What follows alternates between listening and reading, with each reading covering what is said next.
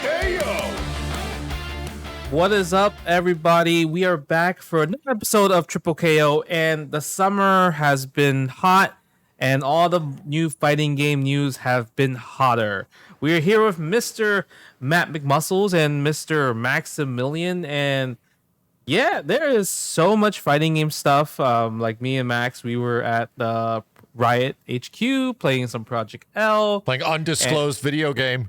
Yep. And then the craziest part was like, while we're there, a Tekken bomb 8. dropped. A bomb dropped. Literally, the Mortal Kombat One like trailers dropped, and I was like, and Max is just like, I need to go home. And I'm like, you're right. You gotta go home. So there was so much information about it. The Mortal Kombat One Umgadi trailer. Like, what do we think about it?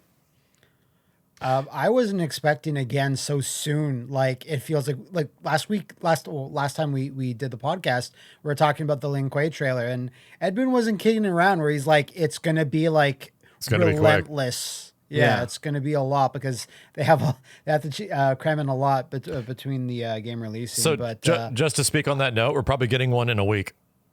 Oh my god, that's yes, crazy. we are. Do we have any predictions on which faction is it this time? I think they'll show the lizard at Evo. The lizard. Yeah. Reptile? Yeah. Do you think there will be a female reptile or like different type of reptilians? No. I Just think reptile. it'll be reptile, and he'll be on the same level of visual acuity as Ermac. Oh, that would be kind of cool. Like, you think they'll give him a little white lab coat too? I think he'll have lips and a nose. But when you say reptile, I mean like just reptile. It would be like reptile and reptile adjacent characters. 'Cause now it's all been factions. It's been faction related, yeah. It'll be probably Team Weirdos. So like Natara will be in there.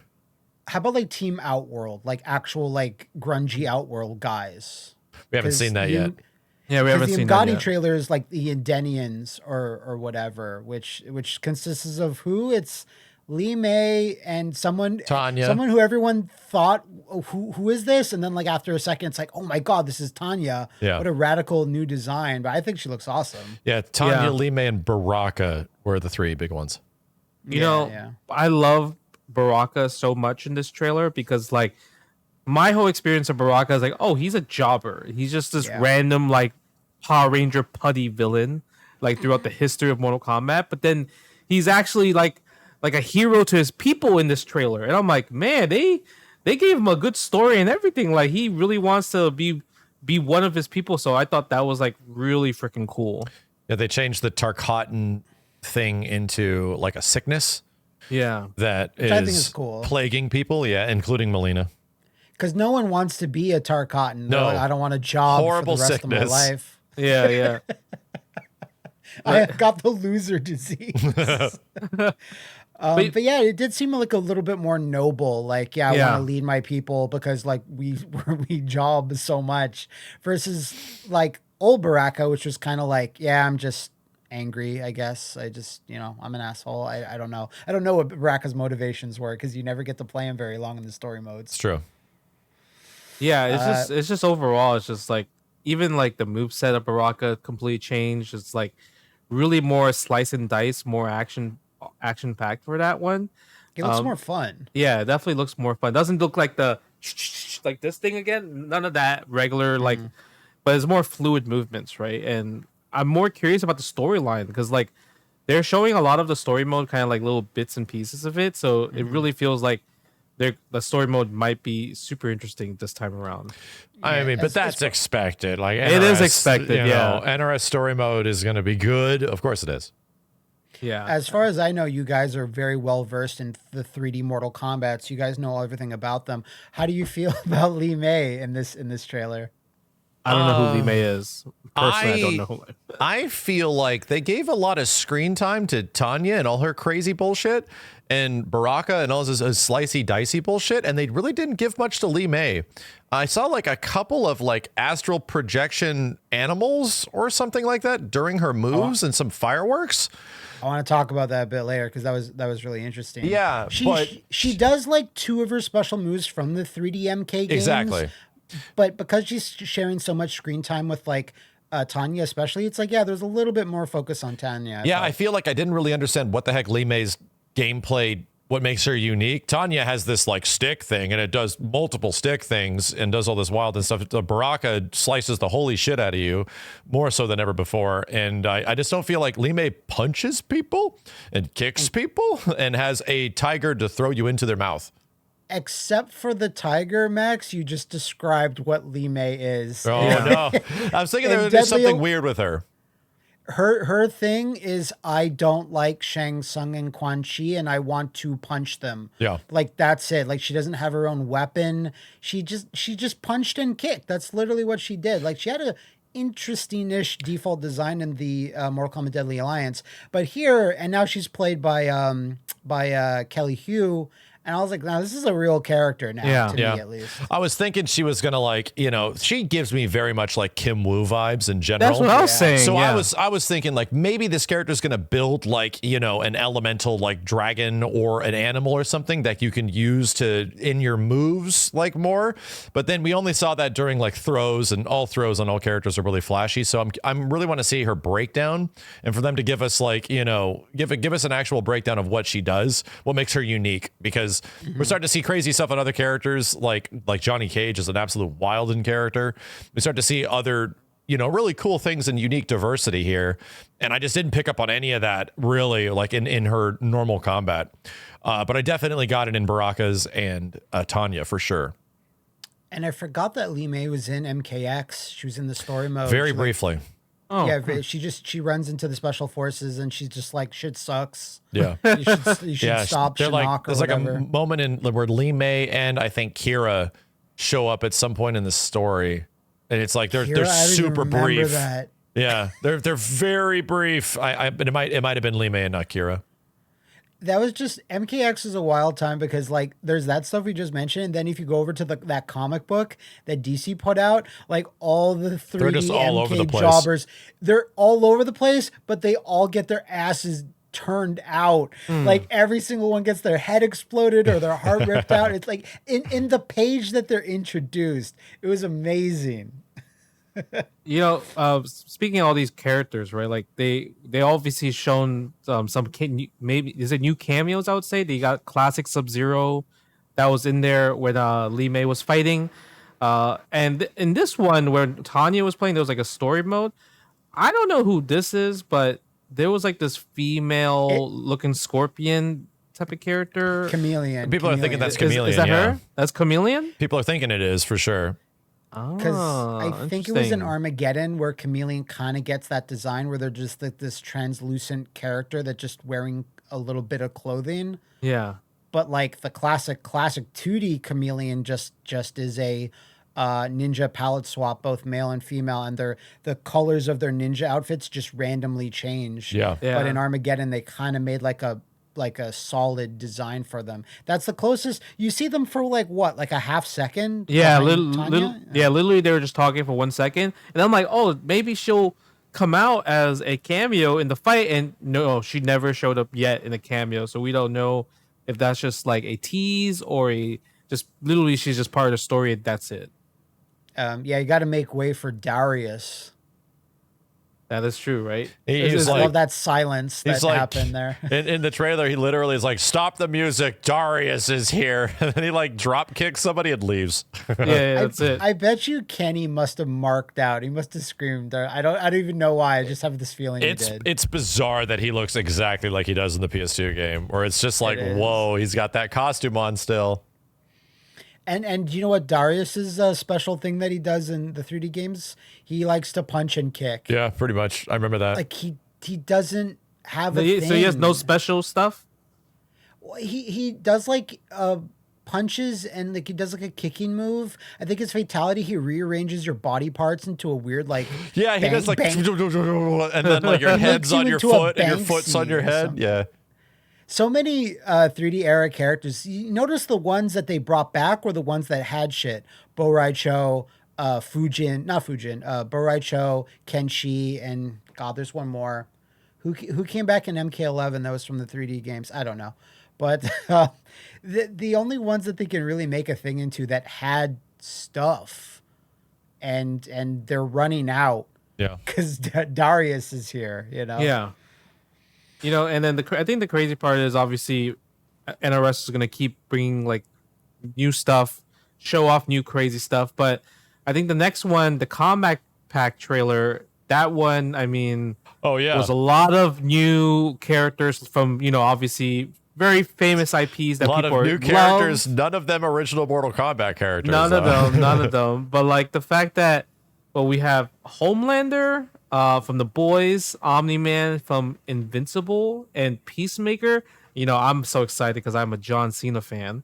So I'm very excited when I saw those three. And then obviously, it's actually their faces too. Yeah, it's their faces, right? And then obviously yeah. we have Quan Chi, and then was it Baraka? Was it Baraka? No, it was just Quan Chi and somebody else. Takeda and Ermac. Oh, Takeda, that's right. Takeda looks cool. Like you don't get a really good shot of him, but I'm like that he looks awesome. Yeah, I hate to be. I mean, I'm excited that Takeda's in it. Don't get me wrong, but it's really weird that they just gave him an Injustice 2 outfit. Yeah, that, like all the other Mortal Kombat ninjas got like these more traditional like garbs instead of being like kind of like nutty Power Rangers, and that's what Takeda was in MKX. And I was like, maybe they're gonna give him some more traditional thing. Nope, we just gave him Injustice 2 armor. I'm like, okay, all right. Well, he's got eyes on his tits. Well, yeah, I was about to say I'm sure they'll give him one, but like maybe not. Maybe they'll just go more techie with him. It'll be more Injustice. He looks like a Kronika lackey. Yeah, holy shit. Yeah, I guess that's the jobberist of like that jobs more than Baraka. Damn, he's the jobber now. He's a DLC jobber right there. But the Ermac, I kind of looking at his design. I'm like, I don't It's trash. don't know what's going on here. Yeah, it's trash, huh? It's trash. You don't like seeing Ermac's big mummy face and his skinny mummy arms? Ermac looks the coolest in Mortal Kombat Shaolin Monks. He was like a special boss that you could see, and that you could fight, and he was just like a slightly more ornate, cooler looking ninja design. I think he was a bit closer to his MK9 alternate costume, right? Yeah, he has like an insanely dope MK9 costume, and that's the one that everyone was kind of hoping that they would emulate. But yeah, Ermac was trending after that because of how goofy he looks. Yeah, I didn't know I didn't know the reception was that frosty or it's pretty rough. I mean, it's like a meme is that Ermac just like continually looks worse and worse every single game he's in, and then in Mortal Kombat 11 he looks fucking dope, and he gets murdered on a spike in the first 30 seconds you see him. Damn, that's it. Yeah, in the crypt. So he might as well be the jobber. Oh yeah. Yeah. So he gets like, but his costume is insanely fucking cool. And people like ripped the files so you can see the full thing, and it's so dope. And to see that completely go away, where it's like, I just want a really cool looking sorcerer, right? And they're continually turning him into Kon Ra. And I'm like, You don't want to go. Never go full Kon Ra. Don't go full mummy. Don't. I don't want him to be a mummy. I want him to be a cool sorcerer ninja. You know. Well, you have Quan Chi now. You have Quan Chi now. I guess so. Yeah. But there's a lot of sorcerers then, because there's Quan Chi now too, and Rain, and Shang Tsung, Yeah, that's a lot of sorcerers. A lot of sorcerers. Yeah. So they got to make something unique about him. We got to make him a mummy. That's the answer. Make him like an ancient mummy with like mummy powers and stuff like that. But when you see like the other characters like Omni-Man and Homelander, do you think they're like, oh, these are just two evil Supermans type of vibe? They're very similar. Like Peacemaker, I can understand because he's just a guy that's good with weapons. So I'm like, okay, that makes sense. Yeah. But the other two, it's like I'd say one or the other, not both, because that's just like it's a rinse and repeat, right? Yeah. I mean, it's kind of similar to Alien versus Predator. They're both just aliens that have attacks. I guess you could say that. Dude, Predator's techno alien. Yeah, Alien is a bug. I know. Yeah, Alien is barbaric, man. Yeah, I'm just like, I love Alien versus Predator, but this is like two assholes in capes. Yes, pretty much. That's what they're like the same. Two dickheads in capes. Sorry. They would be great in Injustice 3. I think their powers are almost identical. They're just like super powerful, super strong. They can shoot lasers out of their eyes. Yeah, they're pretty much Superman. And we already have a game where there's an asshole Superman. Those are called Injustice. Yeah. Yeah, that's crazy that they didn't get these. Well, to be fair, I don't think either of them were super popular when when Injustice 2 was out. Like they needed their shows to get like super over and stuff. And that's true. Yeah, like I'm trying to think of like how the Invincible show kind of blew up when it came out. I'm trying to remember like the time frame that happened. And also, like, obviously, The Boys has been around for a while. The Boys have been around since like 2017, maybe even 2016. Like so it's been quite some time. But even Invincible having like a fully realized character, and if that show came out in 2021, that's a pretty quick turnaround. If like, oh yeah, this thing caught on, right? This like, was it an Amazon show? It's Amazon show. Comic. Yeah. And the comics have been around for a while. Comics have been around for a while, for sure. 10, 15 years. But it was clearly the show that had like an influence, right? On the internet, the memes were everywhere. So it's something like the think. Yeah, like, exactly. Like that was obviously a thing that spurred this into action, and that was only within a couple years ago. Yeah. So anybody that's like aware of how this industry works, usually the shit is in the oven and the deals are getting worked out way before that shit, man. Like even as development is happening of the core game itself, you're well aware of first season DLC characters, second season, potentially third season, right? And that one feels like it's kind of hot. Like, wow. Yeah, that didn't even feel like that was that long ago, and now they're already capitalizing on it. You know, maybe they just got a great deal on Omni-Man. They might have. Yeah, they probably got a great deal on him. That's why. And I bet you NetherRealm or like Ed Boon specifically, they're like, we get to work with J.K. Simmons. Yeah, in the voice booth. Holy shit. That's the other big part about it is like actor likenesses and celebrity star power. You know, this is really turning into kind of like the Marvel Studios sort of production stuff where just like every big actor and like big martial arts person and name is now showing up in Mortal Kombat in some way because they have the budget. They just have like unlimited money to throw at this stuff. And now we're seeing like a lot of like Hollywood star power behind Mortal Kombat. Imagine NetherRealm just makes superheroes the fighting game. Everyone is valid to be in it. Yeah, that'd be crazy. Yeah, that'd be good. That was my initial hope when, you know, it was early rumored a couple of years back that they might be making a Marvel game. My initial hope was that, man, maybe this leads to eventually Marvel versus DC. That'd be really cool. That's like the one thing we're missing. Yeah. With amalgam DLC where the characters fuse together and you get Dark Claw. Need that. You need that. Need that to run live. it, homie. So because of this combat trail, the combat pack and everything, we got 3 asshole superhero villains, or you know, asshole superheroes, pretty much. What do you have any idea of like possible next asshole superheroes you would want to see or think it will happen? I can throw Spawn back in there, but no. I don't know. Maybe Conan or something. I don't know. Conan, like the Barbarian. Yeah. Was he an asshole? Yeah, why not? No, he's not an asshole. He's kind of an asshole. He's kind of a dick. He's kind of a dickhead. Yeah. Like he won't save the cartoon show Conan. No, not an asshole. He's a good guy. But comic book, like Marvel comics, like 70s and 80s Conan, or even the original novels that it's based on. Yeah. He's like, I will not save your town. That's lame. They're like, what if we give you 3 ladies and a bunch of gold? Now I will save your town. And he'll do a bad job at saving the town. Like he'll make the evil wizard even more pissed off. I don't know. Like the Riddler, throw like another. You already did the Joker. I'm not sure. The Joker again. The Joker again.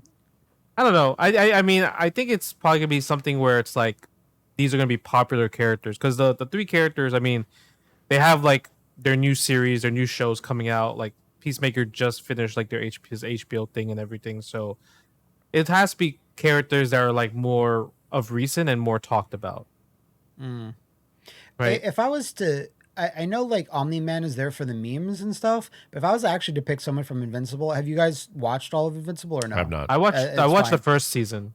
Yeah. Okay, you did. So Yeah. you know Battle Beast? Yeah, I know Battle Beast.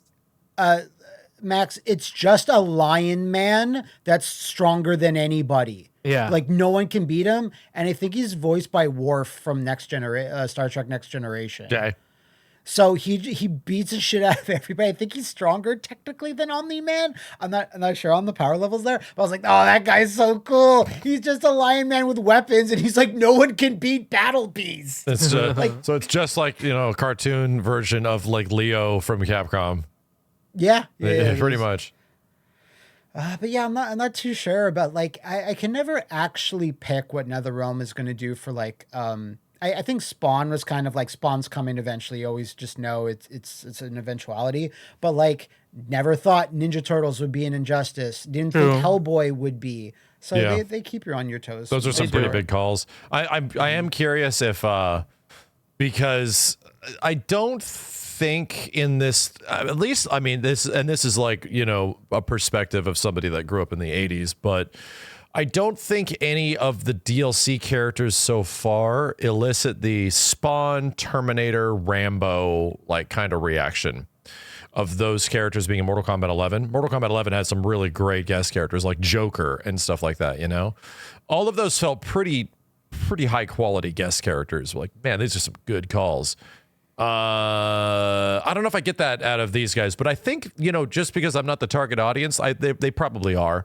So probably like a shit ton of people just like, floating above the rafters in excitement that they get to play as John Cena or something.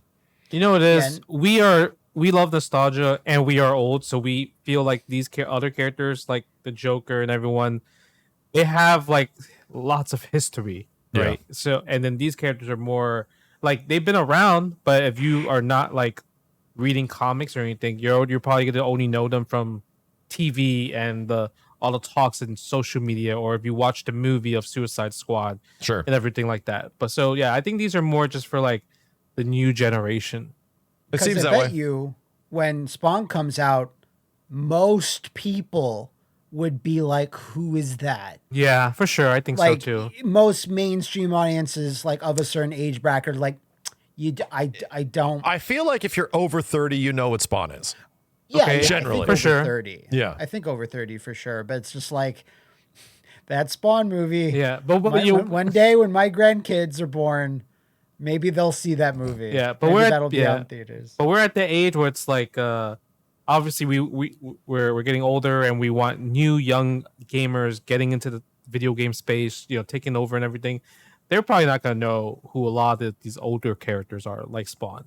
Sure. Right. So I guess that's the case. I remember hearing in some interview at some place that there was initial efforts to put Ellen Ripley as a playable character in an NRS game, and then they were essentially dashed because of fatalities. Oh, like she's too much of a hero. You can't have her sorta get killed. Yeah. She has an alien burst out of her chest and falls into lava. From the movie that very few people like. Yeah, true. But it's the coolest part of that movie. Yeah, it is. To be fair. But yeah, I think it's the same thing as MK versus DC. Like we can't have our heroes violently killing people and they get violently killed, which is where which is why Injustice is kind of a nice polar series, even though I just enjoy the gameplay of the Mortal Kombat games more. But Injustice is good because you have something else for a different barrage of guest characters, and we saw that with Injustice 2. And yeah, the majority of them were comic book characters from other non-DC franchises, which was cool, but you would not get Ninja Turtles in a Mortal Kombat game. You're not ripping the guts out of Leonardo and then lighting it with a spark like it's a match, and then it flows up to his head and you kick his head off and then the match blows up his head like it's a confetti grenade. I don't think the Ninja Turtle guys would like that. I don't think they'd be allowing that to happen to Superman either. But yo, imagine Shredder actually eats the turtles. Like, oh, I'm dining for turtle soup. Yep, it's time, baby. Yeah.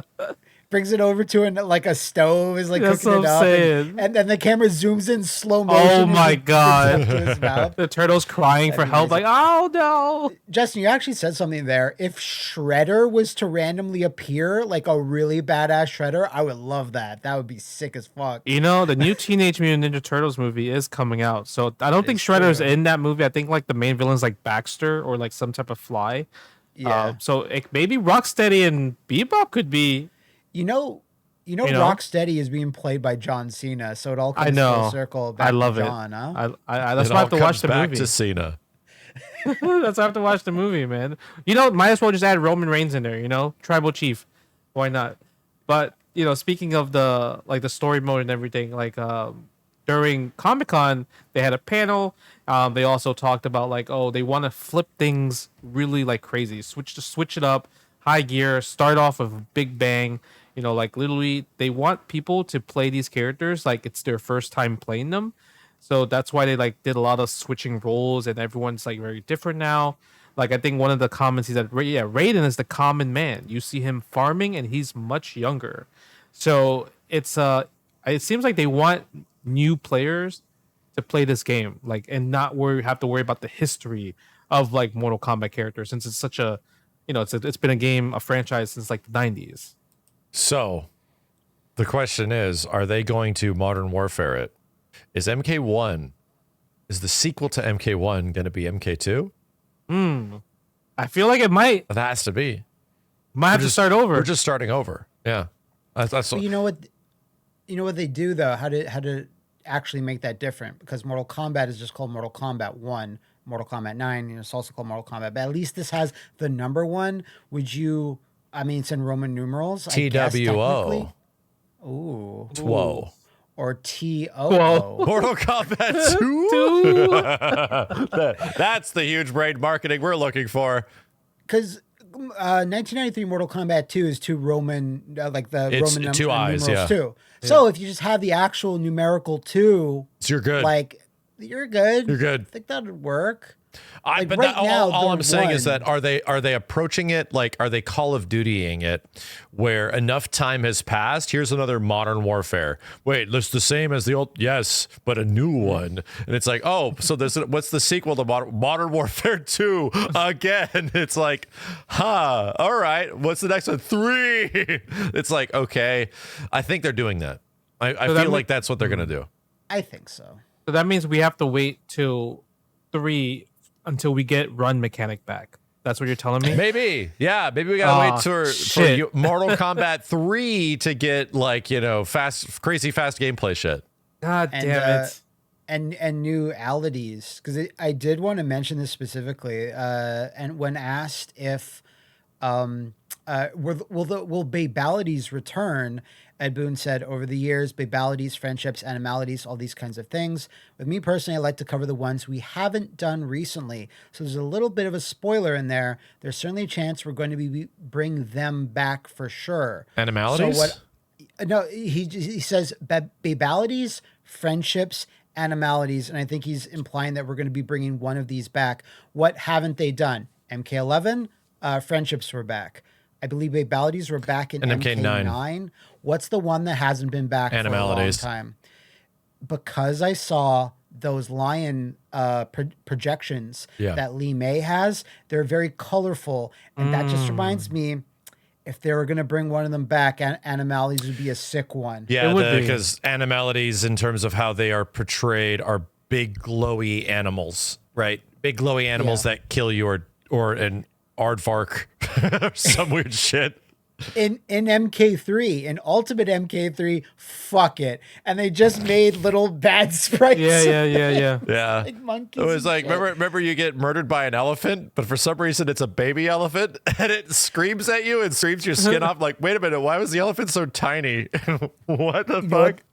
I know this is an aside, please bear with me, but nothing pissed me off more that since Scorpion was not in MK3, the animalities they had, I think it's Shiva turns into a scorpion and poisons you to death. It's either I think it was Shiva or Kano.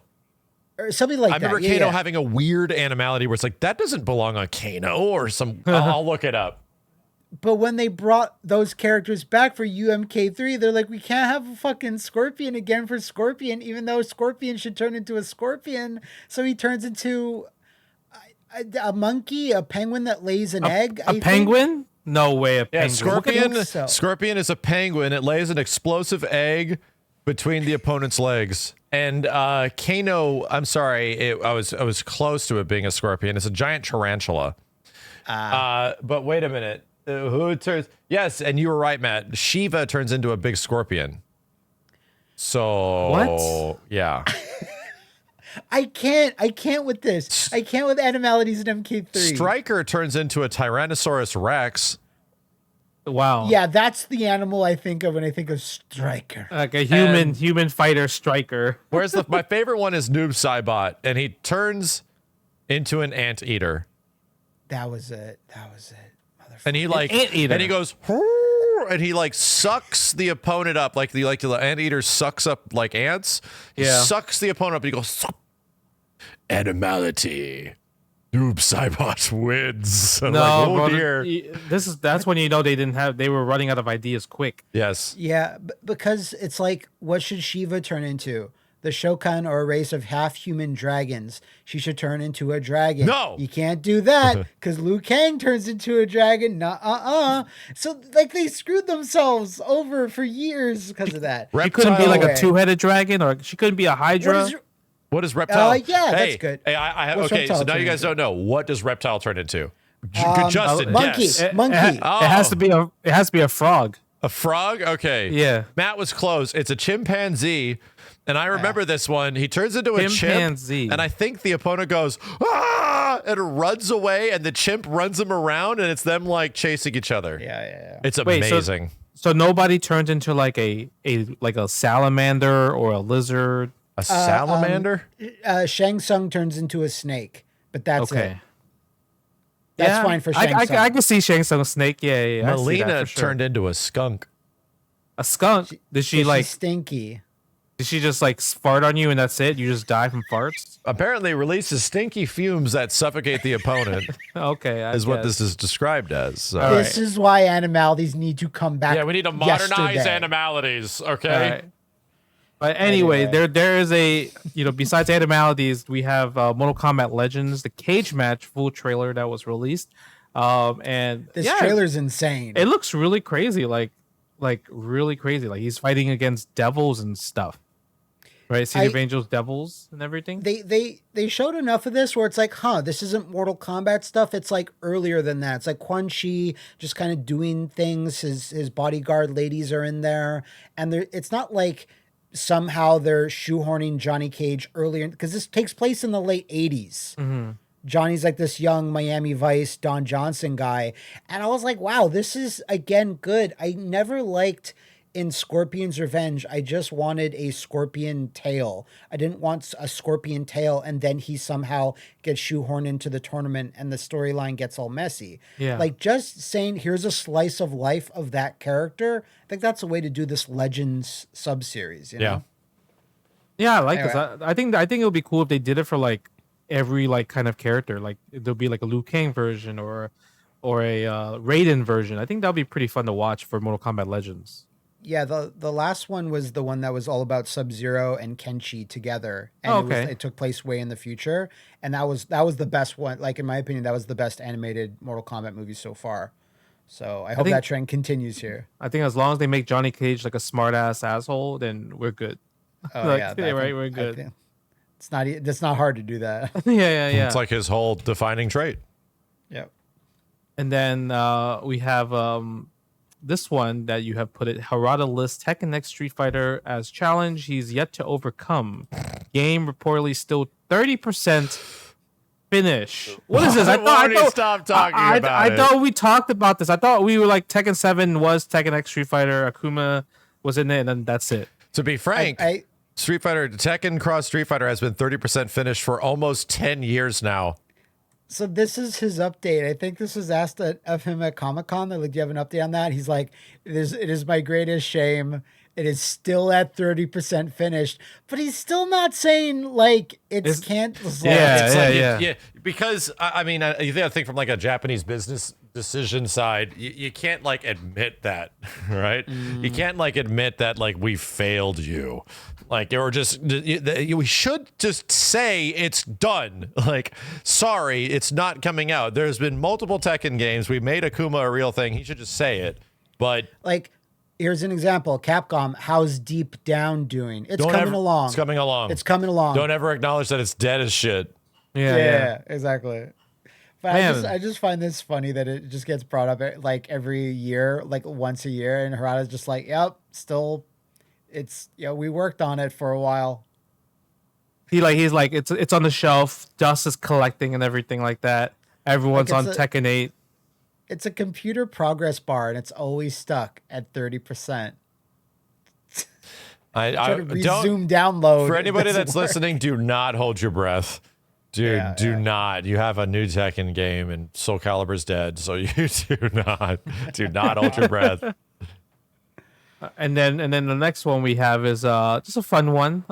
Maximilian trolling SonicFox about SonicFox asking, okay, but what does Luke actually say during his level 3? Mm-hmm. Max, this was a featured story on Event Hub. Yeah, this was for a day. This was the hottest story in fighting. It must have been a really slow day. No, it wasn't. It was very busy, actually. But it's just kind of crazy. It's like, you could, if you read the first line, you'd be like, all right, I believe it, Max. But then the second line, it's like today we went on a flight to the Arctic while playing Mortal Kombat X2. And I'm like, oh, clearly this is a troll. And then for some reason, people just was like, man. Like, and then the voice actor acknowledged it. So, of course, it's real. Of course, that's what he says. We were parachuting out of our Street Fighter 16 plane. We did that. For those that at home, Max, can you quickly break down like what exactly this is so people know? When Luke it's too wild. does his level 3, his non-cinematic level 3, he starts beating your ass with this huge grin. Yep. And he says, "We're all going to Memphis." I agree. He whoops your ass. So I was like, I'm going to be overjoyed when the giant Evo crowd at Evo this year for Street Fighter, if Luke makes top 8 or 6, and starts beating people up, you get the whole crowd, we're all going to Memphis. So, like, it's going to be amazing. And the voice actor just confirmed it, right? The voice actor, he's like, yeah, that's what I said. And this is, he provided a very clear voice audio dialogue on Twitter. Mm-hmm. The end. I mean, I agree. I tell people on my stream every time I play Luke, yeah, we're going to Memphis every time I lay the level 3. So I'm with you there, like 100%. Sometimes I absolutely love, and I think there's videos on this now. Love.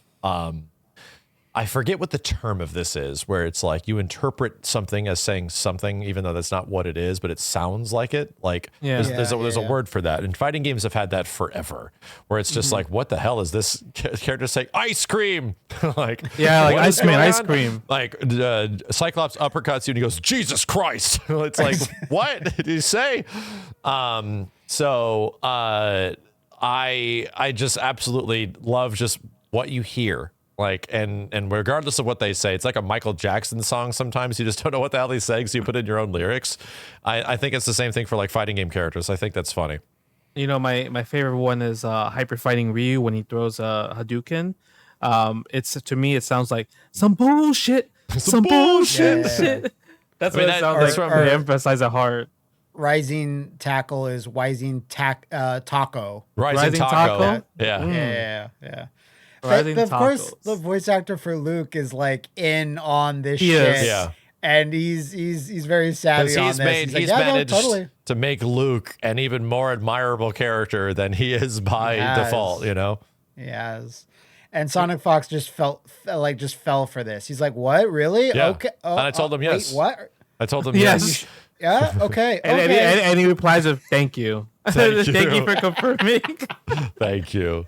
Because it sounds like he's saying we're going to Memphis. And what is in Memphis? Excuse me? Barbecue. Yeah, I don't care what anybody says. I really do think he says Memphis, even though if people are gonna try to correct me, I'm like, I don't believe you. I truly believe it's Memphis. I have 2 ears. I know what I can hear. Just like he described when he recorded the line, woo, let's go. Yeah. Where is he going? The match is over. Where is he going? Oh man, Capcom. I love Capcom so much. Where is he going? And my favorite is like, why would someone crack a video game? I don't understand.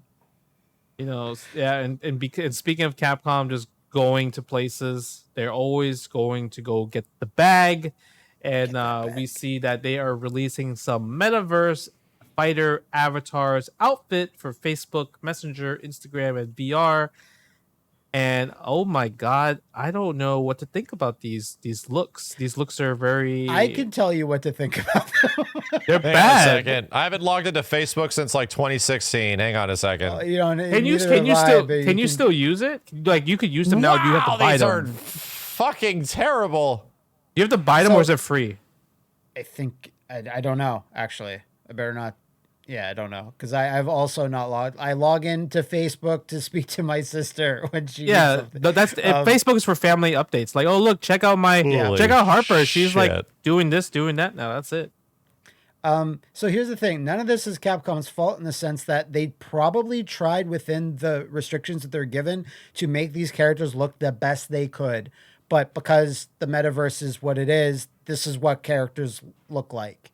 Man. So there's not much that can be done. Petitions won't stop this from happening. It is already done, but it's like, man, this is like early Xbox 360 avatar shit. It like, does. You're actually right. worse because we're so far away. Yeah, from it's crazy that this meta stuff is like, oh, so we're just doing Xbox 360 avatars now, and that's new and innovative. Okay. Yeah. All right. So these faces, they're actual faces, or these are like people's meta avatars, and they just put them on the body of it's the exact same thing from what I understand as the Xbox 360 avatars we used to have. Okay. You just make them and slight customization, and that's it. Yeah, it's like I had my Xbox 360 avatar is still wearing this big dumpy Godzilla costume where he looks all sad and he's fat and shit. It's perfect for me. But like it like you could get those costumes, and I guess that's what this is as well, but like they have to let the avatars' faces be seen. It's not like they're wearing a Ryu mask. They're like an ugly avatar that's dressed as Ryu. It's a little different. Yeah. Worse, you know. Okay, so now we have the metaverse stuff. Now I want you to compare it to the next bag that Capcom got was the Street Fighter X PUBG Battlegrounds collab, and check out those avatars if you guys can, because Luke, oh my god, I don't know, I feel bad for Luke because he has seen some shit in this version of Luke. He's like, we're going to Memphis. Oh, we're going to Memphis. He looks like he's just like on the streets, man. He's literally on the streets in Memphis right now.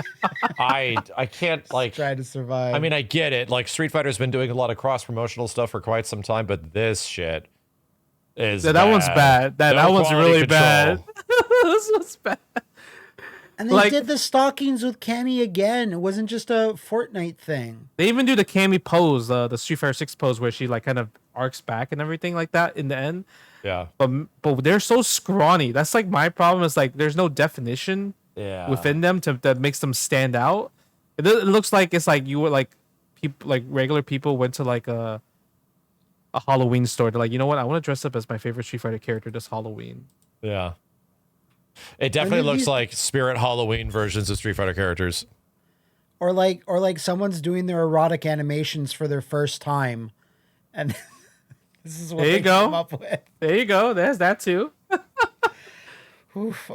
You know what? At the end of the day, look how big of a success Street Fighter 6 is for Capcom. I am so happy. There you go. So positive, man. I love you, man. So positive right there. It's going to do so much for the game. It's gonna do so. It's gonna bring in so many new players and everything. This is gonna fund 3 more seasons on top of the seasons they already have planned of DLC characters. Let's freaking go. Oh, did we even have a chance to talk? Oh, Rashid's probably on that list somewhere. Yeah. So we can go over that. Yeah, and then, obviously, we also have besides all the Street Fighter stuff. Obviously, we don't want to see any of the bad Street Fighter stuff. We got Najd from King of Fighters 15. Najd looks really good. Yeah. Yeah, she had a brief trailer, and anybody that doesn't know who this character is, she was a brand new character, I think kind of a fan creation that was added to KOF 14. Yeah, I was going to say. Oh, really? Fan creation? Yeah, so I think that she was like a fan collaboration character from what I recall, but she was one of the last characters added to KOF 14's DLC. Yeah, I think it was like they collaborated to submit a design, and then SNK probably tweaked it a little bit.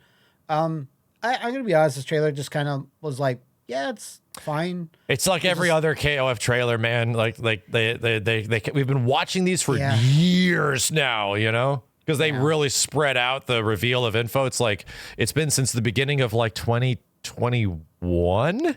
Yeah, since the beginning of 2021, we were watching all these trailers. Yeah, I guess. Yeah, that's true. You're right. And seeing like, you know, Street Fighter 6 and MK11 and Tekken 8 stuff, you know, as much as I had fun with KOF15, you go back to like new trailers now, and it's like, unless it's the most exciting character we haven't, unless it's sports team, like I'm not sure how excited I can get. Okay, so I get it what you mean. I wish Brian, Lucky, Heavy D come back. I love them. But when you look at Najd's moves, and like, I'm like, man, they gave, you know, none of the King of Fighters 15 characters have these type of really big, explosive dragon-ish type of moves. Like, she's like, all her moves like covers like so much of the screen. It's actually pretty crazy. Mm-hmm. Yeah, and that's not saying it's bad or anything. It's just, it's, I mean, if these other games weren't out and putting out super mega, super amazing trailers and everything, it just by comparison, it's just like a little bit harder to get excited when it's not a character you personally are like super pumped about or something. Yeah. True. This is a flowchart trailer that SNK did. We kind of came to that conclusion with KOS marketing, where it's like some characters are going to really hit for some people and some just won't.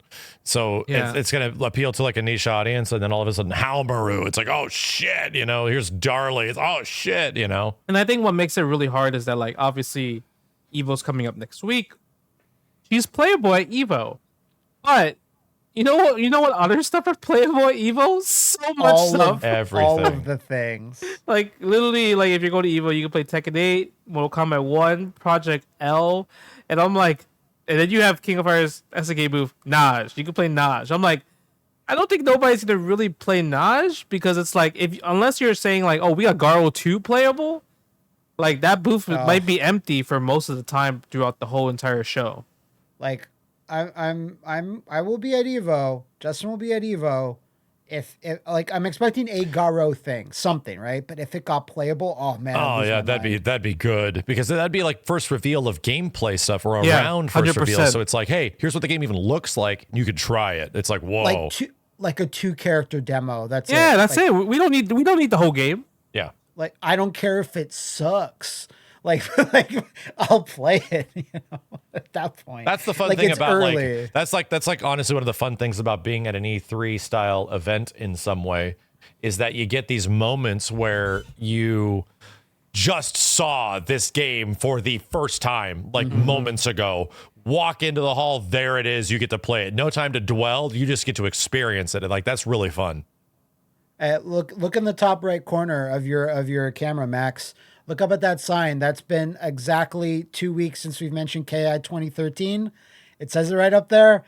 It has been 2 weeks since we mentioned KI 2013. I missed it. It's right there. I missed it. Because that E3, when they show that KI 2013 is a thing, and then here play Jago and Saberwolf are on the show floor, go crazy. Do you think Evo was going to announce anything KI like new related? Because they have like a 10-year anniversary panel going on. Mm-hmm. So I don't know if there's anything. You know, I feel like when you have something like that, like something should happen. They don't have a panel. They have a 10-year anniversary like stream event celebration. Like they're bringing back all the previous like Evo winners, the top players from KI. I think it's only like 4 players in total. It's like Nikki and Rico and Base. And oh god, I feel so bad. CD Junior. I said I don't know if CD Junior's coming. Oh, he's not coming? Sleep.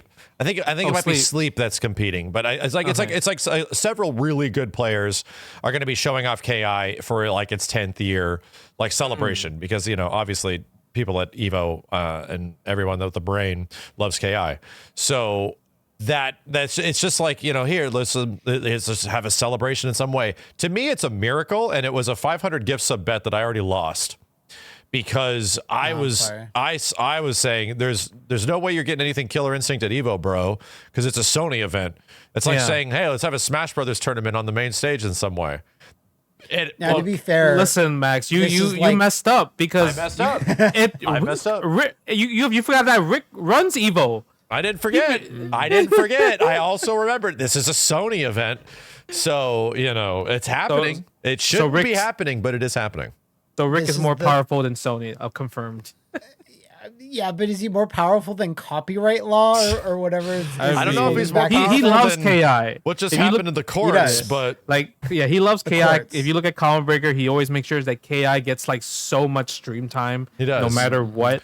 So it's like I really do think he pushed for KI at Evo. It worked, I guess. I am very happy that this is happening. I think it's great. I just find it extremely poignant that Sony just lost hundreds of millions of dollars in lawyer fees. Trying to fight Microsoft tooth and nail, was exposed for dark secrets of exclusivity that they've been doing for years. Really wow, you've been running dirty that bad, Sony. All put out in the open. And now we're having a Killer Instinct tournament at Sony's Evo. I'm like, okay. But here's the thing. This is like I get it. It's a 10th anniversary. That you could make that case for your thing. Well, it's a 10th anniversary, it's a special thing. It's not like a main stage. I can understand those negotiations taking place, everyone being cool with it or whatever it is. Well, I think Microsoft's very cool with it. Yeah. Gotcha. In terms of possible announcements, let's just say something would get announced. The best you could hope for, which I still really hope for because I love this, is just here's a upgraded version on the Xbox Series X of KI. It looks a little better. There's been some front end advancements, some engine advancements, and maybe here's some I don't know, extra accessories for the characters or whatever it is. That would be sick as fuck. I'd be so happy, but that's the how low the bar is. Yeah. And even that is a big ask because who's the developer? I mean, just get Keats, bro. I'd like to say Iron Galaxy now. Iron Galaxy hasn't worked on KI for 5 years. I mean, yeah, but they picked up how to develop for it in 3 months. They did. No, they did. So, I mean, something happened where they weren't the developer anymore, right? Where things either switched and the business division changed. From what I understand, it was because XBLA, which kind of was dissolved. And IG has made several games, not just ports, but their own games, right? Yeah. In that time frame. So they've made that one Titan game, they made Rumbleverse, and I don't even know what else they're working on, right? That isn't public. So again, going to them and asking that is already kind of wow, that would be interesting. Killer Instinct's a game that flips developers hard. Right? Yeah. That every single iteration of a game outside of KI 1 and 2 always gets a new dev. So, and we've already been hearing rumors over the past couple of years that, Killer Instinct is looking for developers in Japan. Or that Microsoft is looking for fighting game developers in Japan for KI. That was the last we heard about it. And that was no shit, 2021 September. So it's 2 years ago. So who knows, man, whether or not that is going to be updates to this thing. We thought there was rumors of them remaking old KI. That was from the guys that made the cabinet, but that was just a teaser for lobbies on the Arcade 1-Up cabinet. It wasn't actually anything new. What an amazing time that was. That was a fun little week. We were like, oh shit, it's happening. But yeah, you understand the logistics of all of it is that's who makes it. Microsoft isn't a developer. Microsoft was never the persons that go in and change the code and work KI. That was Double Helix and Iron Galaxy.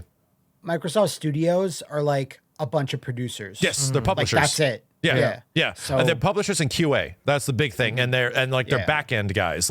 For example, we in the 10th year anniversary, which happened earlier this year, before the 10th anniversary, they fixed the game. They actually made the game playable and functional for the future, and it was going to stop working because it's old as shit. So there was a future where KI online matchmaking was just going to not function anymore, and the ranked would just not work because it's old as shit. And and Microsoft's back end has changed several times since then, and now they got it updated. It's now properly in the system. So that's already something okay, maybe something's happening, but at the same time, my brain goes to the logistical parts of it. Who's making it? Who's actually doing it? Yeah, you have to like think like 2 steps ahead about a possible announcement. Who knows how to use the Helix engine or whatever the heck it was called? Just hired Arxis. Everyone wants Arxis to make all their games. Yeah, right. Right. I don't want Arx like Namco. That was another rumor. Namco, okay, I can kind of see that somehow. Arxis, Killer Instinct, that doesn't really like connect to my brain. Not to say I wouldn't like to see it, but it's like just the most unfathomable thing that I don't think it's even possible. Is it kind of like you're like, man, it's how, because you know how like you have like American TV shows and then they turn them into anime like versions of it and they just look very, very funny. So would you, is it worries from like that type of vibe? Yeah, like I feel like it'll be the reverse of those PUBG Street Fighter avatars that we just saw. Like, You mean it going like too anime looking or something? Not to say that they can't do different art styles, but then again, I haven't seen an Arxis game that doesn't have like a heavy anime art style. Like, Absolutely. you know, but I mean, you can't just change the aesthetic, like the entire aesthetic and art style of like a thing like that. Either way, from Japan to the West or the West to Japan, it's like, you know, you think that's fun for a piece of artwork. You think that Killer Instinct's art style resides closer to something of a Mortal Kombat? Maybe not in the hyper realism, but still KI was trying to be as realistic as possible. Every single iteration it did, it was trying to be realistic, even from the old 2D games to KI 2013 and beyond. So you're saying it should be that. It should be like realistic looking humans and not as stylized, right? Yeah, but even if it was really stylized, like it always takes a bit to get over, and you're like, okay, well, you know, it's not exactly what I would have done. Yeah. You got to go hands-on with it. Did I think Double Helix, a developer I was familiar with at the time, I was like, oh shit, they made like a bad Silent Hill and then a bad Green Lantern game, and then when I actually went hands-on, I'm like, this is such a cool-ass fighting game. So it depends in the very end on how it plays. So art style it's a hump to get over, but once you get over there, it's fine. Yeah. So I want KI to exist and no matter what. Yeah. At the end of the day. So yeah. Okay. And then speaking of just like new characters, well, I guess it's not new. Claudio revealed for Tekken 8. You guys have shown trailer, but he was already kind of leaked, not leaked, but pretty much he was teased from Namco because of the beta, and you just had the Claudio. He was just already there. So it's our first look of Claudio, and pretty much he's kind of similar to Tekken 7. A little dash shit, gets a little blue exorcism thing, and gives them extra moves. So I haven't tried Claudio yet in the Tekken 8 network test. I only played it for like a day last week. How about you guys? I've played a bit of it. I actually just got before recording the podcast today. I think I played 2 hours. Of the it's already out. I forgot. PC version. Yeah. So last weekend, the second session. Session's up right now. This one's fully cross-play, PC version, Xbox version, PlayStation version. I played a decent chunk of it last weekend, but I really wanted to play more.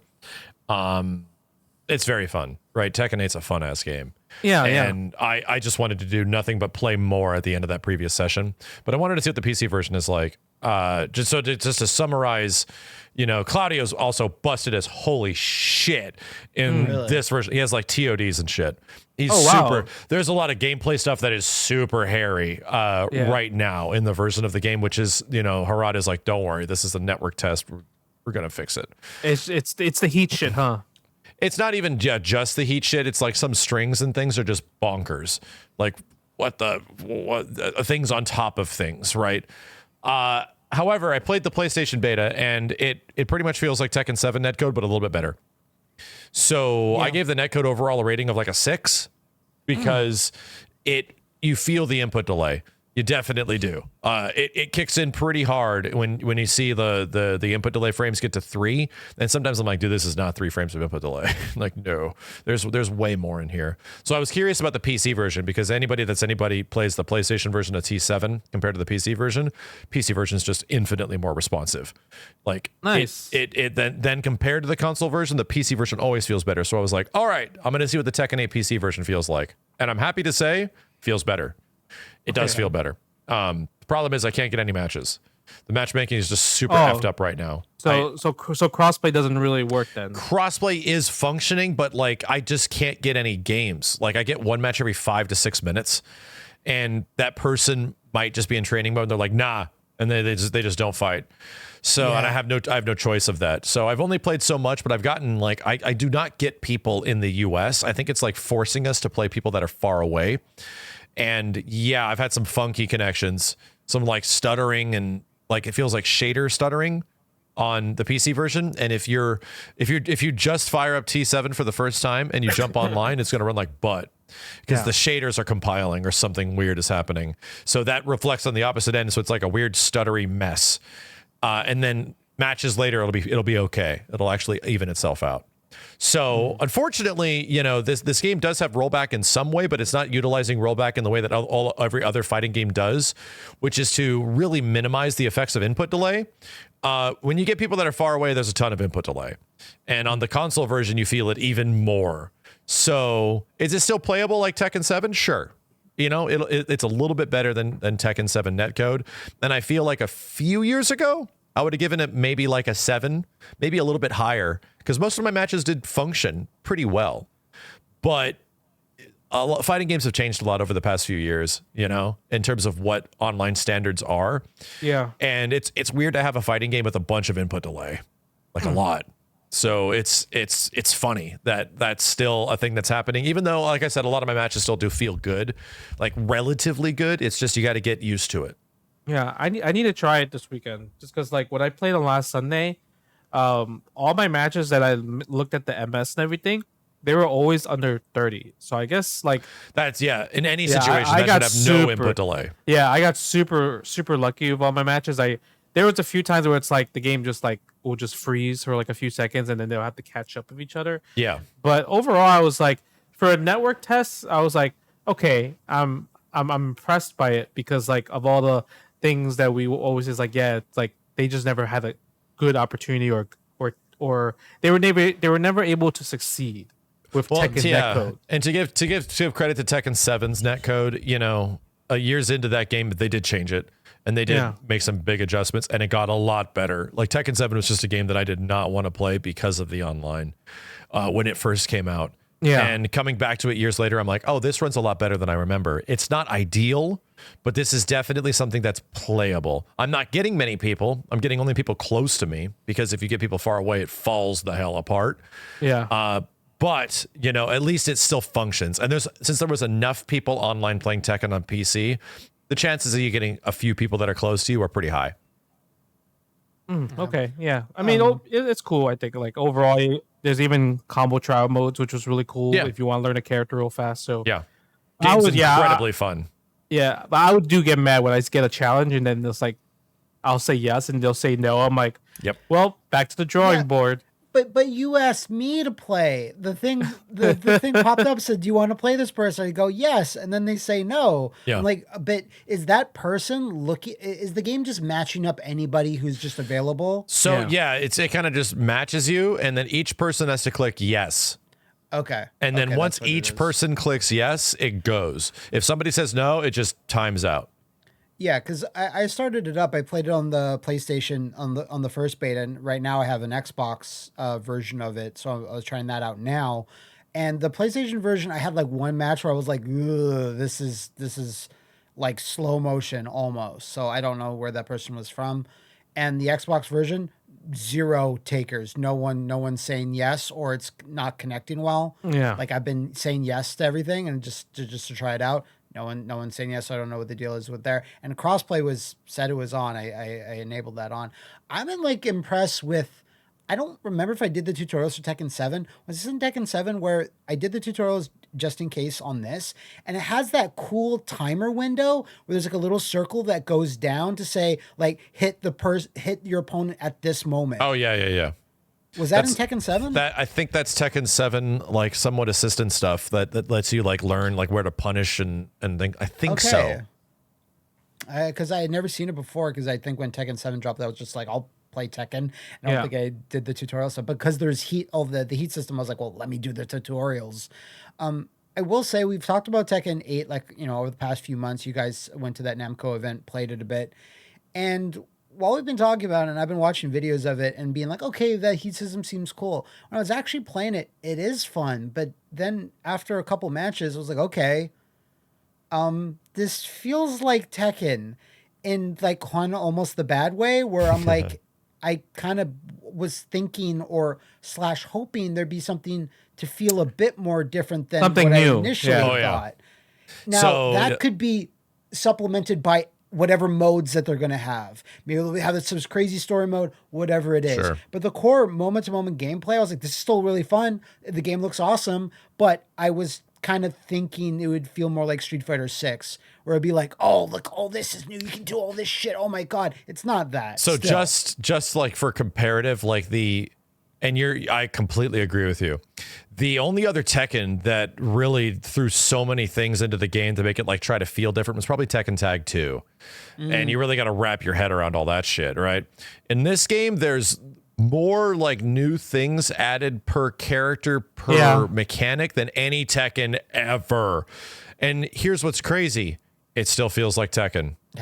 It's still which is feels like Tekken, you know, and it's not a bad. I think that's kind of the goal, is to create something like familiar but crazier, and I think that's better than it being familiar but less. Right? You have to think like, I'm almost grateful to be in the situation we're at, where we're getting a Tekken that just gives us the chance to do more crazy stuff and even more mechanics, because it's still like, you wrap your head around it and it isn't that complicated, and you're like, oh, okay, I get it, and then you start utilizing it, and what happens in all the other moments where you're not utilizing it? It's Tekken. Yeah, I think that's the problem, because like once you use your heat shit per round, then it really goes. It's like you're playing Burnout for the rest of the game. Yeah, right? That's what you're a bit more capable though, you know. Yeah, Yeah, but I get what you mean. Like, yeah, you're super juiced. You're in like your V trigger activated, right, when you are in heat mode. Yeah. So, and I do like that you have options with it. You can like cash it in for a big combo, or you can like have it activated and use the moves of it in neutral and stuff to either start combos if you want, which seems to be a really good thing, because it doesn't just give you extra attacks, it also buffs out your character in specific ways. And crazy chip damage. Yeah, and crazy broken chip damage. Right now, it's like there's some absolutely wild and stuff. Yeah. But it's cool. Like I think they'll balance it, because like some of the things I was seeing in like the Tekken's Twitter and everything. Yeah, I'm like, oh man, like you block this high move, it's like 10% chip damage every single time, and they could just keep spamming it. It does get kind of funny and funky, but I mean, I think eventually when Tekken 8 gets more polished, we'll see less of that and maybe more strategic play with the usage of it. So I guess we'll see. I mean, I think we'll all be playing it this weekend. It's going to go through a big balancing pass. They're already admitting that, like, you know, this is specifically for network testing. It's also a harsh reminder to people that this game is still far away, that this is not a game that's coming out this year. And if you're going to get lucky, it might come out somewhere in the first quarter of next year, depending on how all this stuff goes. Well, like it would March or something. It would have to be. It would definitely have to be after the Tekken 7 World Tour Finals. Yep, for sure. and that's the primer, right? That's where we were talking about this when in our podcast earlier with the TWT 2023, where it's like, or 2022 technically, where if they're announcing one for next year, Tekken 8 ain't coming out till after that. Sometime after that. And I think it's supposed to be in February of 2024 for the 2023 season or something like that. So that's where you're going to get some big announcements for Tekken 8. That's where it's essentially the send-off of Tekken 7. Yeah. And then, go ahead. Just what I was going to say, it's like, I really think Namco should have a quote from you on the box art. When the box comes out, it should just say like, Jun is really fun, cleanse that ass. Justin Wong. You know what's funny? When I tweeted that, like, people really thought I'm trying to cleanse June's ass, but I was like, I guess I know I worded it wrong, but it was meant to be like because she cleanses people. Like that's her super. She cleanses people. So I'm trying to cleanse everybody else's ass when I played them. That's what I was. This episode of Triple KO is brought to you by Manscaped. Justin Wong says, cleanse those balls. Balls and ass, right? And then speaking of just cleansing with the wind and everything, Rashid. Yeah. Rashid's awesome. I love him, but then he got nerfed after a day. Really? You know, because of the bug. He got quote unquote nerfed, aka fixed. He got no. Okay, I did see that. It was so funny because like I posted this clip of there's a glitch with the tornado and everything. It's pretty much like an infinite from like corner to corner. and people in the comments really thought this is like real, like it's like a real thing that's like meant to be like it's just. I'm like, no, you could tell this is a bug, and they're like, and then people are trying to defend it. Bro, it's not even that bad. You could just parry, you could just drive reversal. I'm like, what's wrong with you guys? It got taken out 2 hours later. It was tech that lasted a total of 120 minutes. Never forget what we lost. Yeah, for 120 minutes. But can we talk about how sick, how cool, and how fast, like very fast people these days are finding like these crazy bugs and these crazy issues. Not even just the QA team, just like regular gamers, right? Regular fans and everything. That's kind of crazy alone. Yeah, and that's just like the difference between like testers and having a limited user base versus hundreds of thousands of people that just randomly do shit and they'll just come across some wild and thing, you know, just you just have more instances of stupid shit to happen. And yeah, I've run into several things on Rashid that are even outside of that feel like kind of underbaked, where it's like, that's weird. Like his anti-airs are very weird, like in terms of their effectiveness. And it's like, wow, it's like, so they give them anti-airs, but they're like, not good against certain characters, then they can be beat out. I'm like, and you have to really time it. And it's like, this is a game that's already hard to anti-air, man. Come on. And there's other weird shit where it's like, if you do an EX spinning mixer against a drive impact, for some reason, it breaks the drive impact. Rashid pops out, even though he doesn't get hit, hits the ground and can't block. And I get punished for stopping the drive impact. I was like, that's goofy. Oh. Yeah. So it's weird situational stuff like that where it's like that'll get fixed eventually, but I don't think he's good. So I don't think he's a top 5 character. No, yeah, that's easy. I don't think he's like up there with best in the game. It was people were presuming he's going to be best in the game after playing him. I don't think so. I think he's a specialist character. Yeah, he's not. He doesn't suck. He's probably just like straight in the middle. Yeah. For the most part, but yeah, I mean, you're right. He just doesn't have the same power that he had in 5, and I guess maybe. And he's like, easy as shit to use in 5. He's not easy to use. It's arguably one of the hardest characters to use in 6, next to like Dalsum. Yeah, because he has like new moves that requires the little dash and everything, like air dash and everything, and you have to hold the fireball, to hold the whirlwind shot to get a little mini tornado in front of you, so you can enhance your moves afterwards. And the hardest part about him is that he has terrible normals. It's really all stubby. Normals. Very stubby. Doesn't really go anywhere. I went into training mode with him, and that was like the first thing that I'm pressing all the normal buttons. I was like, yeah, okay. These seem weird. He doesn't have anything that's like, so day 1, people were getting away with some like goofy skip neutral stuff. And I started playing him up in the higher ranks day 4 or something like that, right? And nobody's falling for that shit anymore. You can't sit full screen and charge like windy bullshit. No, people just assault you with projectiles. So you have to like make your way in. It's like, okay. So, but if you do get that off, now it's like, oh, the weakness to every single thing he practically can do, from charge windy shit, jump and dash and all that from full screen that was blowing people up, and kick, is jump up back. Dude, jump up back like beats every single one. So now you just charge it and then don't do it. You're like, am I gonna do it? That's now the mix up. So, but it doesn't lead to anything. It just leads to stalling. So, but he gets crazy damage. Like the damage routes people have found with him are fucking bonkers. So he is like, to me, he's like the Urian of the game right now. Not as good as Urian, because Urian had really good normals, but he's got like this Aegis thing, you know, and it's all about setups. It's all about, how am I going to set you up into this wild and shit? And there's going to be some guy that labs setups for like an entire month. Nobody's blocking all this shit or like knows exactly what to do. However, SF6 is a game with a lot of defensive options, so there's ways out of that shit. Yeah, parry's usually the best answer for a lot of his mix-ups in general. Yep. Because even if you just take the grabs doesn't give him anything. You know, like Kimberly, if she has a bomb and you parry, she could throw you into her bomb and get something afterwards. He doesn't get anything like that. Yeah, Rashid cannot throw you into his tornado. If he did, then it would be a whole different conversation right now. But because of that, it's just like he's pretty limited of what he can do at the moment. Like, I think they really did not want to give him like the same power levels of Street Fighter 5 because I mean, the whole season of Street Fighter 5, since Street Fighter Season 1 all the way to the end, he was always a threat as a character. So now he's just, I mean, I think he'll get buff eventually. Maybe give him more range on normals or make it faster. But even like the new stuff, like the double jumps and everything, they're all gimmick. That's all bad. Like, yeah, they're all bad. Like that's like a day one thing. They look cool, but they're working in the first day, and then afterwards, you just like watching this guy in the sky. I'm gonna anti-air him. I miss. I'll anti-air again. I miss. The third one hits because you're still up there. It's like, holy shit, I'm never doing this move again.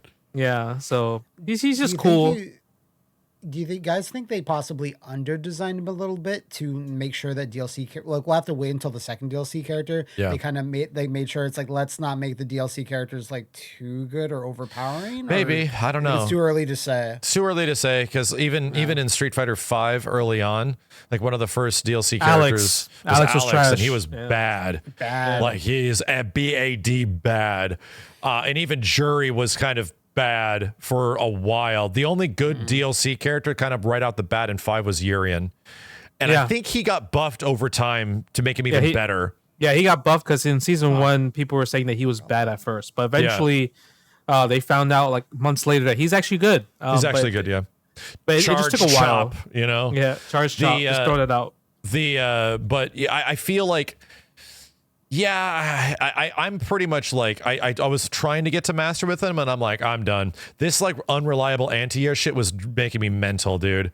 It's like down MP like just loses to shit randomly if you don't perfectly time it. It's too fast, and like Ken will do jump in HP and just beat the shit out of it. I'm like, ugh. And then EX spinning mixer acts as a really bad anti-air. Even the heavy spinning mixer you have to do super early if you want, and you don't really do anti-airs for people at the top of their jump arc. You do it, you're like, oh, they're jumping at me, and you do it at the bottom, and then you time it, and it loses to that shit because it doesn't get invincibility until frame 6.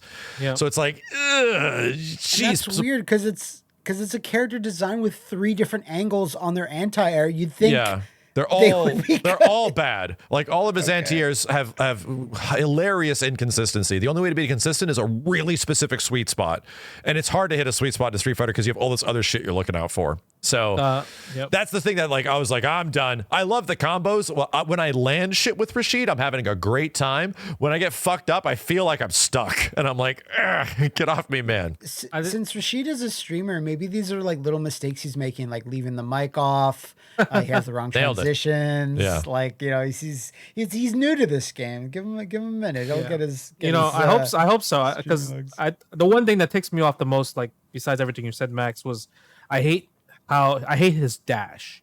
The little bunny hop he does. Like weird because he does bunny hop into run, right? So like let's say if you want to try to like dash under opponent if they jump over, you can't do it to him because he hops too high, and I'm like, oh my god, this is so annoying. And sometimes if you want to do like a dash into throw or something like that, you'll get run. The run attack. You get the run attack. I'm like, god damn it, dude. Like I keep getting things that I don't want with this guy, and and even after like 10 hours of playing, I'm like, this is frustrating me.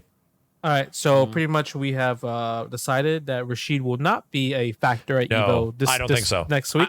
I think if he is a factor at Evo, it's going to be like a dude that has just been labbing setups, and nobody has. There's no way to know how to fight against this shit. But in terms of like the reliability of some of the other cast members to perform, I don't think Rashid immediately has that. He's no Leroy or anything, No, none of that. Max, when you're streaming Street Fighter 6, like, the tournament finals, whatever, call it if you see the dude. The dude. Like, the dude. I don't Rashid care what that player. I don't care what that player's name is. Doesn't matter. You calling him the dude. Yeah, if we're like in top 48 and a Rashid has like whittled his way through, and it's like, shit, what is this guy doing? Like, it's going to be some crazy ass thing. Yeah. The dude. And then, I mean, we'll see. I think Evo's going to be pretty crazy. And then I think the hot topic that we have been waiting to talk about is Project L. We played it a little bit, for nice little 2 days of Project L at Riot HQ. That was a pretty fun experience. 'Twas a bit. Right. I also saw like, Max, that's the secret game that they told me that they didn't tell me what it was that they went to go play. But when Max uploaded his video, I just saw it in my feed, and I just saw like uploaded a day ago, 404,000 like views. I was like, people really are interested in Project L. Guess so, man. Like, damn. Yeah. Wow. I looked at even like the official reveal on Riot's page, and my video was up there with it. I was like, what the shit, dude? Okay. Yeah. But it's an interesting game because, I mean, Justin and I can sort of echo the same sentiment. Like, I have not played a fighting game that goes so ham on like mechanics and surface level depth. Like it goes so ham. It feels like I'm playing something from like 2004, where it is no hand holding at all, man. No auto combos. Like the only hand holding it's got is the fact that the was one button specials. That's it. But you know, anybody that's played Battle for the Grid or BlazBlue Cross Tag knows that the difficulty in these games and the execution comes from other stuff. And this game is chock full of it, dude. Every single time I feel like I have a handle on the game and there's like a universal thing that every character does, that's like, no, that character doesn't do that. I'm like, oh shit. No, they do this instead. It's completely unique to them. I'm like, oh God, another thing on top of all the things. Holy shit. Yeah, it is crazy just because like you have all these like mechanics that we seen before, but also new mechanics, and then the fuse system, which is I call it like it's very similar to CVS2 of the groove system, where you have different other mechanics within that fuse system. Yep. So it gets kind of crazy, but the one that was really most interesting to me was the retreating guard, which is pretty much a reverse push block. Yeah, I read that and I was like, retreating guard? So here's how you have to balance it. Push block, like here's the opponent. Push block, boink, right? You knock them back. They hit you, you knock them back. They hit you, you knock them back. Retreating guard's the exact opposite. Here's the opponent. No, it pushes you back. Yeah. And the opponent approaches and it pushes you back again. Yeah. So when you get to the corner, it's not very helpful. It's kind of bad. But there's a problem with it. When you push them back, or when you get pushed back, the idea is that you're trying to expose them to hit an attack and whiff it, and then you can punish them, right? But this has a problem. You can't block low. So it only works against high attacks and overheads. Yeah. Okay. So anybody that starts like, and over time, it was like, yeah, everybody started adding lows to block strings like immediately. So it's like, okay, so its usability was very limited and you had to be ready to use it. So it was like kind of a lower, like a kind of a high risk, but a high reward sort of defensive move. Yeah, and the reason why you have to really rely on retreating guard is because Max mentioned we have push block, but push block costs one whole bar. Yeah. So you can't push block every single time. You can only do push block when you have a resource of a super meter to use push block. And the supers don't come super quickly. Yeah. And then so there's that, and then there's also parry, but I gave them, we all of us gave them feedback, and I was like, I was playing this the whole time, the whole 2 days. I didn't use the parry button like at all. Like I felt like it was just hard to use. Yeah, it's hard to use, too risky. It also costs 1 bar to use. It's not free. Yeah, it costs 1 bar to use if you whiff it. Yeah. But if it successfully lands, you get that bar back. So it's like, oh, so this is good when you're really familiar with this game. Yeah. Like this is not something like, and there's a lot of mechanics that are like that in the game. Once you've played this shit for a while, this will definitely become a factor. But in terms of like right out the gate, I press thing, cool thing happens. The game almost has nothing like that, where it's like the guttural like thing in a game that you need where you play like a multiplayer game. I do thing and cool thing happen. I press both assists, big flashy Marvel vs. Capcom thing happens. I mash my face on square, Dragon Ball auto combos, like none of that stuff is in Project L. It seems to be really made for like the hardcore fighting game audience.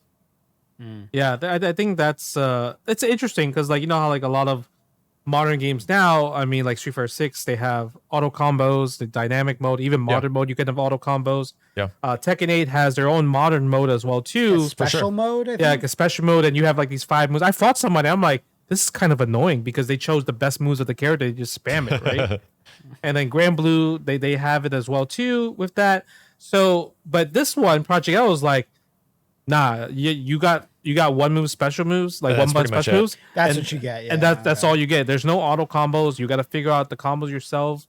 And the combos are long. They can be very, very long, and then also crazy depending on the fuse system that you have. And I think that's what I like the most, because if you're using, let's say, freestyle tag, and I'm using double down, and we play the same exact characters, our combos are actually going to be completely different. Yeah. And I like that a lot. Yeah, I do think one of my favorite things that kind of surprised me mechanically about the game, because there's a lot of like familiar stuff in terms of how other games work, it was the grooves. The fact that we have a team game that dramatically changes the way your team plays is pretty heavy-handed. Like it will really change. You get 2 assists, like double assists, one and then another. You get the ability to multi-tag. You get the ability to DHC, like that kind of stuff. Yeah, so cool. There was like that one groove that nobody used. It was like the red one. Fury. And I'm like, nobody used it because I'm like, and it said it was recommended too. Like, so I understand why it's recommended, because you don't have to think about it. Like at like 40% health, you get big damage boost or some stat boost, right? But you also got a run cancel ability. So you know when you do charged heavies, Justin, you could like run dash after. Apparently you just get that for things now. Oh, you get it for random normals. For random normals, I think in Fury mode. That's cool. So it does have some. It's recommended because you don't have to actively know mechanics to really utilize it in some way. Yeah. So Matt, is this already sounding daunting as shit? There's a lot more too. I think we only said like 15%. Well, retreating guard was already like. We're at like 15% of the mechanics right now. Yeah, I did read that you can like 2v2 this or 1v2 this. Yes, you can actually split up. And is that you guys didn't experience that? Because we did. We did. Oh, you did. We did. We played a lot of it. You were playing it online. And not online. This is local. Oh, so then what? So someone just has their other controller just synced and yeah, just 4 waiting? people. Okay, wow, it's been a long time since MK9. or Cross Tekken. Street Fighter Cross Tekken. Yeah. So it is, and I think it's pretty much the most interesting like thing the game is doing that's kind of unique. It is crazy, and it does change the game not a ton, but there's some surface level stuff that you could learn, like, oh, I see where this is going to change with duos. Like you actually get more control with duos in some minute situations, but you lose control in others, which is with assist timing and stuff like that, which is kind of like you have to get the hang of that shit. However, the most fun I had of the 2 days was Kenny and Steve were on one team playing with their 2 characters against me, and that was like the raid boss. And there would be moments where they're like, so duos is kind of crazy because you play the point character and the character's in the background. The character in the background can control when the assist comes out, and that's about, and when to break. And burst. Burst and assist. That's it. So the point character has to choose when to tag in that person.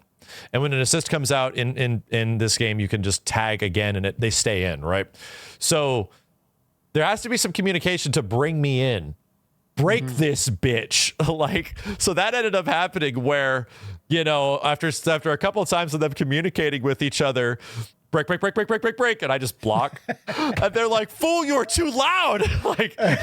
like there's some funny ass communication. And they would be like, like trying to communicate and so like slapping each other on the leg to like bring the other character in. I'm like, this is fun. This is some very goofy shit. It'll cause a lot of salty shit online though, but it's very fun.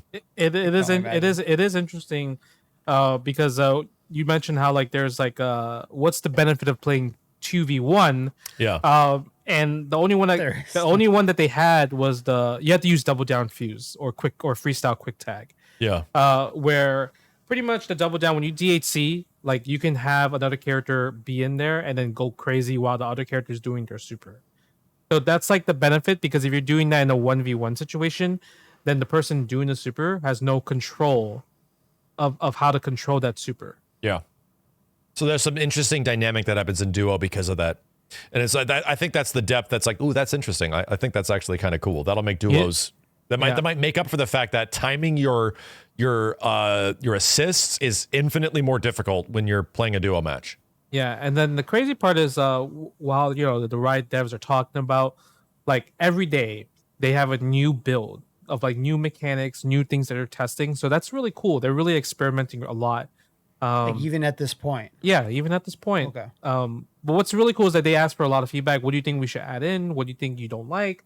And what's one thing I want to see to make duels better, Max, Cross Assault or like the Marvel's Capcom 1 like super tag, where it's like they come in and each two characters control each other at the same time. So that pretty much is handshake tag. The problem is that handshake tag already you have to sort of wrap your brain around it in the same way you do in Power Rangers, you know? So I had the devs doing it to me, and I was like, fuck, dude, look at this shit. And yeah, you pretty much have a character, your main character attacking this guy. Here comes the assist, flips sides, right? Like one of the assists will go to the other direction. And then you switch to that other character. This character did something, pincered, fucking you up. And then you can tag again with that specific groove because it allows one more tag. Boom, back to this guy. This guy was doing some flippy dippy. Now you're doing some cross under low. You're getting hit. Like, it doesn't fucking matter. You're either spending resources to get them the hell away from you, or you're getting hit. So that it's there. It just isn't like a mode that's activated. It has a pretty big skill barrier to set that shit up. You need it's to all manual. It's all manual. Like it very manual. It isn't like a Soul Stone situation, you know? No. You have to like set it up, dude. But when it is set up, it's super fucking. It's so. I audibly laughed like a giddy schoolgirl when I first saw it. I was like, God damn, this shit's crazy. You felt like you were playing Street Fighter EX3 again. Yes, exactly. There's that moment where it's like critical parade. I was like, what? Yeah, that in terms of like what you can do in this game, that isn't like super unique. The things like that are in Power Rangers. It's just that they take it one level deeper in this game because of the groove, because you're able to tag again. So I was like, dude, I'm stuck in the middle of these two assholes beating the shit out of me, dude. Like, this is crazy. Yeah, I think that was really crazy. There's also Last Stand, which is like their comeback factor, X Factor mechanic, and it's pretty meager. Yeah, it's pretty whatever at the moment. But literally, what it does is when you are under 50% of your health on your last character, your dead character will come in and do like their super. Their big assist. Just do their super, their big assists. Yeah, like just automatically. Yeah, it's just pretty much there's it's pretty much a super instead of their regular assists. Okay. So that's what they do. So it's like an omega assist. Yeah.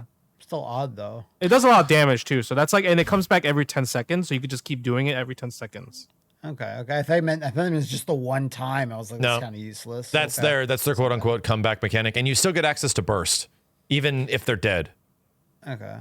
I did want to ask this because I actually looked back at the first footage of the game, and maybe we talked about this before. It just struck me. It's like the game.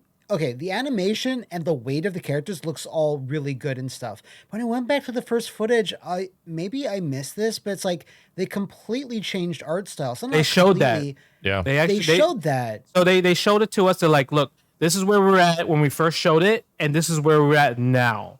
So they showed a comparison between the two. So like we were able to see that comparison there when they showed the presentation. They now have something that's a bit closer to like an Arc System Works sort of deal. Yeah. So I'll just say this. Personally, I thought it looked way better before. Not to say what's there now looks bad, but it was like a different looking art style with shaders on them. Yeah. It looked more painterly. Like it did look more unique. Yeah. And now it kind of looks like an Arc System, like an Arc System Works. It's like a regular anime fighting game type of thing, right? And that's a choice certainly, and I don't think it'll hurt the game either way. But just me. Loving art styles and stuff, I was kind of like, that looks a little more formulaic. I'm kind of into the art style, like, because I think it's very scalable. It makes sense. I think it does look really good. I like the color usage, and I think like the lighting is probably going to change in some stages and situations to make it pop even more. Mm-hmm. But this is kind of the art style I wanted out of like a new Marvel vs. Capcom game, and we never got that. Yeah. So I was like, dude, just thinking of like characters from other franchises in this art style, and I'm like, so that's a convincing art style, because these are characters that I don't know, so it's like hard to subject my personal feelings of how dope this looks.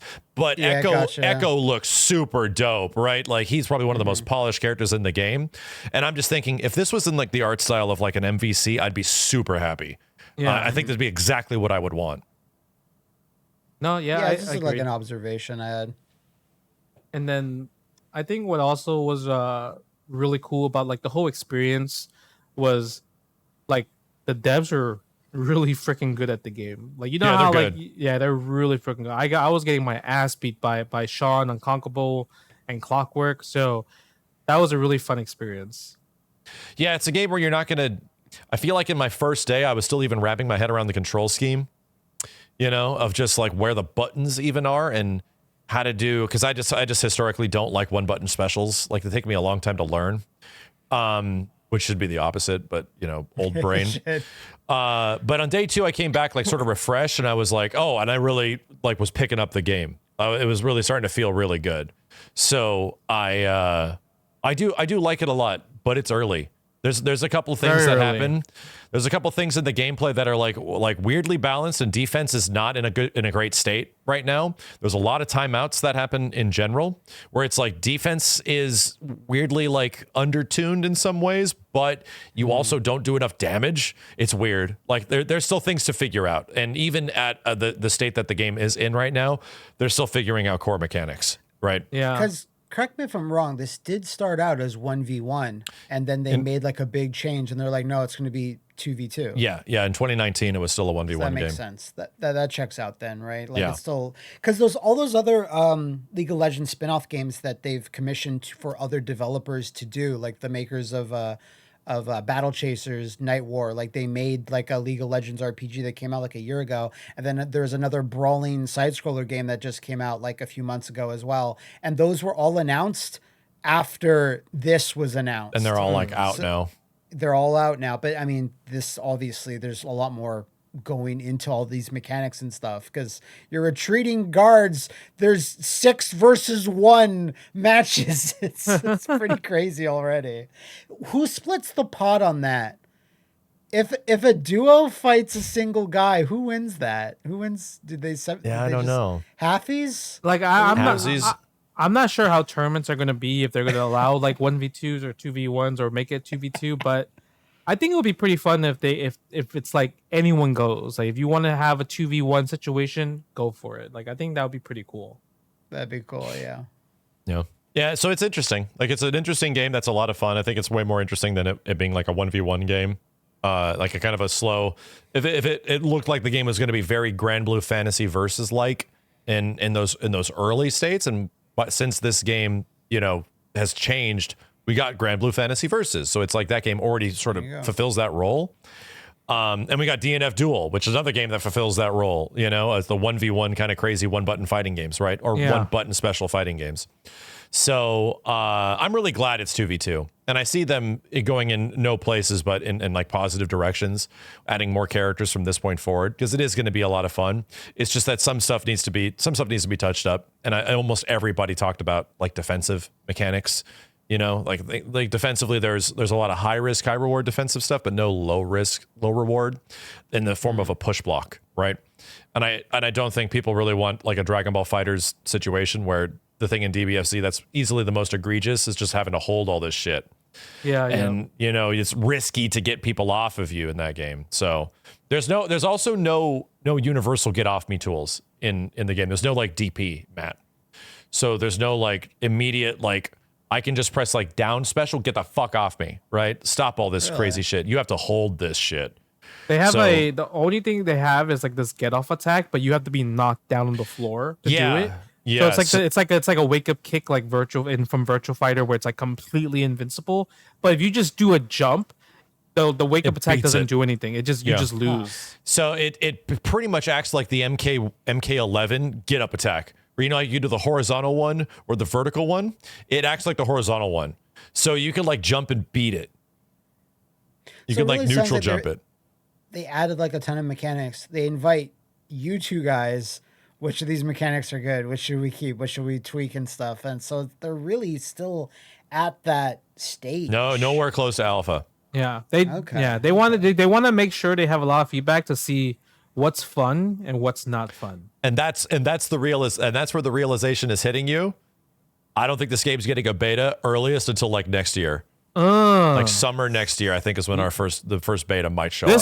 This is you know, if you think about Evo, was like their first public beta. Yes. Right. This is like a first public playtest. Yeah. Yeah, like if you are going to Evo, you get a chance to make Project L. If you're not going to Evo, you, like Max says, you might have to wait till next year. Yeah. This and next year will probably be the year of betas. like it has been. Yeah. More betas than fighting games have ever had before. Yeah. There's so many. There's 2 betas happening right now, you know? New age of betas. New age of betas.